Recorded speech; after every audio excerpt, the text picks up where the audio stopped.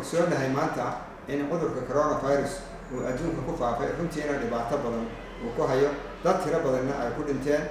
inaan fariintan u diro dhammaan bulshada ku xidhan adeegyada cusbitaalka guud ee Hargeysa markaa fadlan haddii aad cusbitaalka aad imanayso waxa fiican inaad u timaado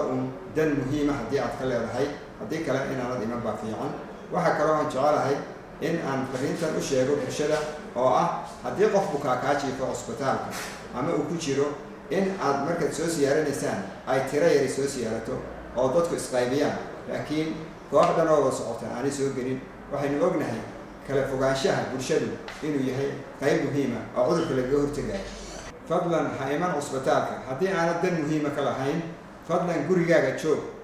kala fogaanshaha bulshadu waa arrin u muhiima ka hortagga cudurka